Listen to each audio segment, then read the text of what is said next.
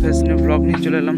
তো আজকে বুঝতেই পারছো জন্মাষ্টমীর দিনটা খুব শুভ, কৃষ্ণ ঠাকুরের জন্মদিন। তো সে আমাদের বাড়ির পাশে এই জায়গায় প্রোগ্রাম হবে, তো আমি সেটাতে যাচ্ছি। প্রোগ্রাম বলতে কৃষ্ণ নাম হবে সারাদিন। ঠিক আছে, চলো ভিডিওটা এন্ড পর্যন্ত দেখতে থাকো।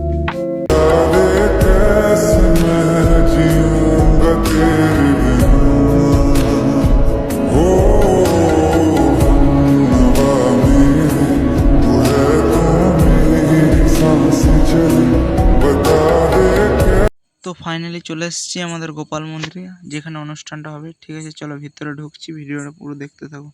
তো মেন মন্দিরে প্রবেশ করছি, তো দেখি ভিতরে কি হচ্ছে, যাওয়া যাক। তো এইদিকে ডান দিকে হরে কৃষ্ণ নাম চলছে, সকাল থেকেই চলছে। আর এইটা হচ্ছে মন্দির, যেখানে গোপাল আছে, অনেক ঠাকুর আছে, রাধা কৃষ্ণ গৌর নিতাই ইত্যাদি ইত্যাদি অনেক ঠাকুর আছে, দেখতেই পাচ্ছ।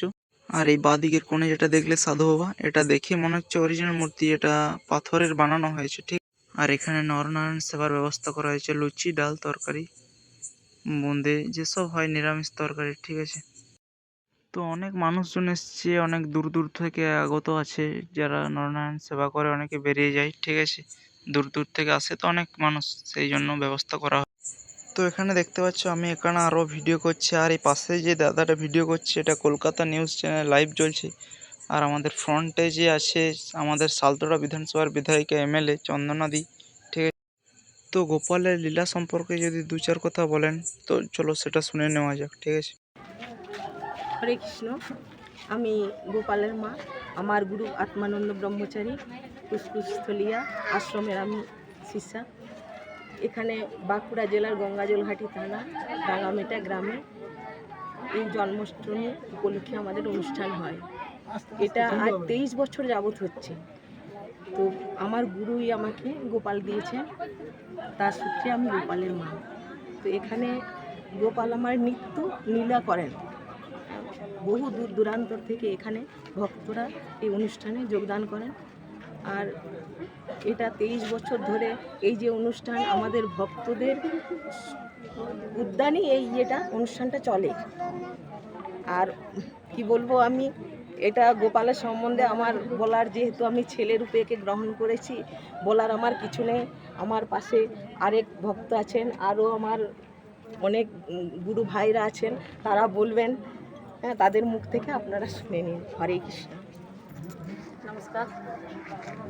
আপনারা জানেন যে আজকে জন্মাষ্টমী, আমাদের শ্রীকৃষ্ণ মহাপ্রভু আমাদের এই ধরাধামে এসেছিলেন আজকের এই দিনেই।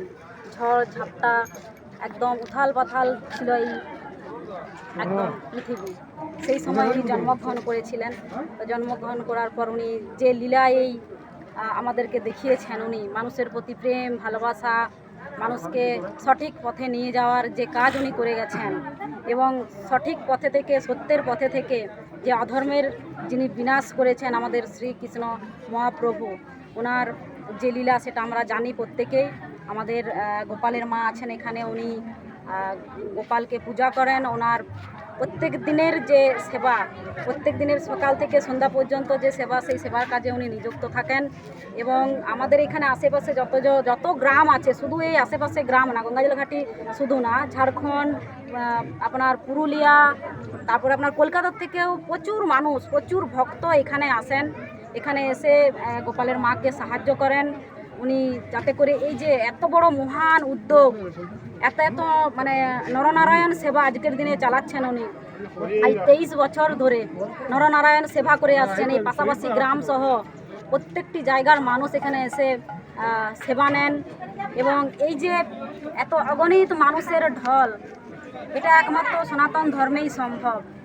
যেখানে সত্যের পথে মানুষ এগিয়ে যাচ্ছেন সেখানেই সম্ভব। যেখানে অধর্মের বিনাশ, সেই বিনাশ আমাদের এই মহাপ্রভু করে দেখিয়েছেন। তাই সেই সনাতন ধর্মের যোগ হতে আমাদের প্রত্যেকটি মানুষ আজ এখানে উপস্থিত হয়েছেন। এবং গোপাল তো লাস্ট মোমেন্টে চলে এসেছি, সন্ধ্যা হয়ে গেছে, দেখতে পাচ্ছ নামটা এবার ঠান্ডা হবে, সেই কারণে একটু নাচ করছে। ঠিক আছে।